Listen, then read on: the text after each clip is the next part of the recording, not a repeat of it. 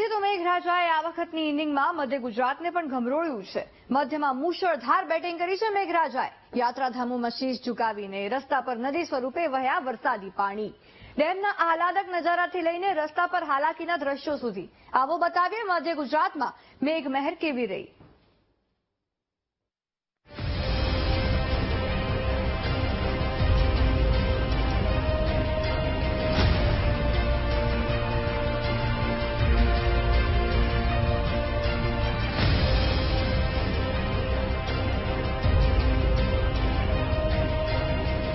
મધ્ય ગુજરાતમાં મેઘાવી માહોલ જામેલો છે.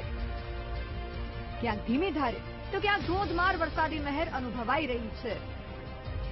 સૌથી પહેલા તમે જુઓ માં કાળીના ધામ પાવાગઢના આ દ્રશ્યો. જાણે મેઘરાજા માતા મહાકાળીના દર્શન કરીને તેમના ધામના પગથિયા ઉતરતા હોય. જાણે ખડખડ ધોધ વહી રહ્યો હોય મંદિરના પગથિયાથી એવો આ નજારો છે. હવે આ વધુ એક મનમોહક નજારો જોઈ લો. પાવાગઢમાં વરસાદી માહોલ વચ્ચે કુદરતી સૌંદર્યનો આ નયનરમ્ય નજારો જુઓ. ડુંગર પર જાણે લીલી ચાદર પાથરી હોય તેવા આ અદ્ભુત દ્રશ્યો કેમેરામાં કેદ થયા છે. આ આહલાદક નજારો પાવાગઢની સુંદરતા વધારી રહ્યો છે. અને આજે રજાનો દિવસ હોય મોટી સંખ્યામાં વરસાદી માહોલ વચ્ચે પણ શ્રદ્ધાળુઓ પાવાગઢ દર્શનાર્થે પહોંચ્યા હતા. પંચમહાલમાં ધોધમાર વરસાદ વરસી રહ્યો છે, જેના કારણે પેલિયું તળાવ ભરાઈ ગયું અને તળાવમાંથી પાણી વહેતું થતા મોટું ધોવાણ થઈ ગયું. ત્યારે ધોવાણ સર્જાતા કિનારાને મોટું નુકસાન થવાની ભીતિ સેવાઈ રહી છે. સતત ધોવાણના કારણે તળાવની પાળ તૂટી જવાની સંભાવના છે અને તળાવની પાળ તૂટે તો કોઈ મોટી હોનારત સર્જાય તેવી સ્થિતિ ઊભી થઈ શકે છે. ત્યારે યાત્રાળુઓ પર પણ મોટું જોખમ હાલ તોળાઈ રહ્યું છે.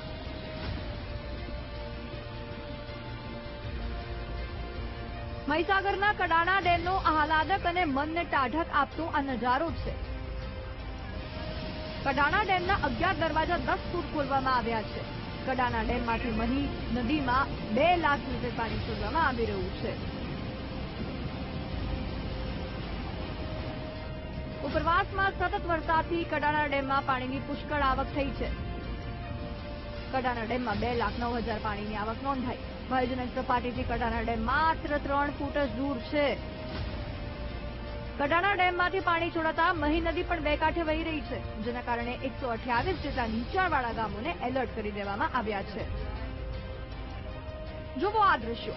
મહી નદી એક તરફ ગાંડીતુર થઈને બે કાંઠે વહેતી થઈ ગઈ છે, કારણ કે ઉપરવાસમાં ભારે વરસાદ પડ્યો છે. આ વચ્ચે લોકો પણ મોટી સંખ્યામાં મહી નદીના ધસમસતા પ્રવાહને માણવા ઉમટી પડ્યા છે.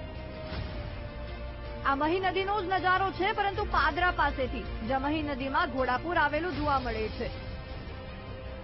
મુંજપુરમાં મહીસાગર મંદિરના પરિસરમાં મહી નદીનું પાણી ફરી વળ્યું છે. મંદિરના તમામ પગથિયા પાણીમાં ગરકાવ થઈ ગયા છે. મુંજપુરથી મહી નદી તરફનો માર્ગ પણ પાણીમાં ડૂબ્યો અને ખેતરો પણ બેટમાં ફેરવાઈ ગયા છે. તમને 2 દિલ ધડક રેસ્ક્યુના દ્રશ્યો બતાવવા છે. વડોદરાની જાંબુઆ નદી પરના બ્રિજ પર એક કાર ચાલક ફસાઈ ગયો હતો. પાણી ભરેલા બ્રિજ પરથી કાર કાઢવાનો પ્રયાસ કરતા કાર ચાલક ફસાઈ ગયો. ફાયર બ્રિગેડની ટીમે ઘટના સ્થળે પહોંચીને કાર ચાલકનું રેસ્ક્યુ કર્યું હતું. બ્રિજ પર નદીના પાણી વહેતા હોવા છતાં તંત્રએ બેરિકેડિંગ કર્યું ન હતું. પરિણામે કાર ફસાઈ ગઈ હતી. વધુ એક વાહન ફસાવવાનો એ જ જગ્યાએ બનાવ બન્યો. આજે એ જ બ્રિજ પર ટ્રક પાણીમાં ફસાઈ ગઈ હતી. જીવ બચાવવા ટ્રક ડ્રાઈવર અને ક્લીનર ટ્રકની છત પર ચડી ગયા હતા અને ફાયર બ્રિગેડની ટીમે બંનેનો બચાવ કર્યો હતો અને દિલધડક રેસ્ક્યુ ઓપરેશન કર્યું હતું. મગરોના ભય વચ્ચે ફાયરની ટીમે નદીમાં બંનેનું બચાવ કાર્ય હાથ ધર્યું હતું. છોટાઉદેપુરમાં વરસાદી માહોલમાં કુદરતી સૌંદર્ય ખીલી ઉઠ્યું. આ નજારો છે ઝેર ડેમનો, જેના આહલાદક દ્રશ્યો માણવા પર્યટકો પહોંચ્યા હતા. રવિવારની રજામાં કુદરતી ઝરણા જોવા લોકો ઉમટ્યા હતા. સરકારી અધિકારીઓ કર્મચારીઓએ પણ ડેમનો નયનરમ્ય નજારો માણ્યો. છોટાઉદેપુરમાં ભારે વરસાદના કારણે શિવજીપુરા અને વાડિયા ગામને જોડતો કોઝવે ધોવાઈ ગયો, જેના કારણે લોકો તૂટેલા કોઝવે પર પસાર થવા મજબૂર બન્યા છે. વાડિયા ગામના ધોરણ 11-12ના વિદ્યાર્થીઓ આ જ રસ્તા પરથી મુઢિયારી ગામની શાળામાં અભ્યાસ કરવા જતા હોય છે. હાલ કોઝવેની પાતળી પાળી પરથી લોકો પસાર થઈ રહ્યા છે અને તૂટેલા કોઝવે પર પગ લપસી જવાનું પણ જોખમ છે. જો કોઈ વ્યક્તિ અહીંથી પડી જાય તેનો જવાબદાર કોણ એ સવાલ થાય.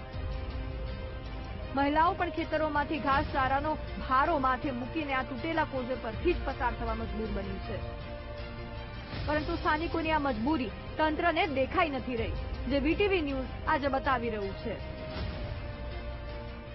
બોડેલી તાલુકાના શિવજીપુરા ગામે થી વાડિયા ગામ તરફ જવાના કોતરમાં નાનો કોઝવે જે ભારે વરસાદના કારણે તૂટી ગયેલ છે, જેથી ખેડૂતોને તેમજ વિદ્યાર્થીઓને આવવા જવાની તેમજ પશુપાલકો માટે ખેતરોમાંથી ઘાસચારો લાવવાનો તેમજ વાવણી માટે કે ખેડાણ માટે કોઈ પણ વાહન કે હળલાકડું જઈ શકતું નથી, જેથી ખૂબ જ મુશ્કેલીઓ પડે છે. અને વાડિયા ગામના વિદ્યાર્થીઓ મુડિયારી હાઈસ્કૂલમાં અભ્યાસ કરવા માટે જાય છે, તેઓને પણ જવા આવવાની ખૂબ જ તકલીફ પડે છે.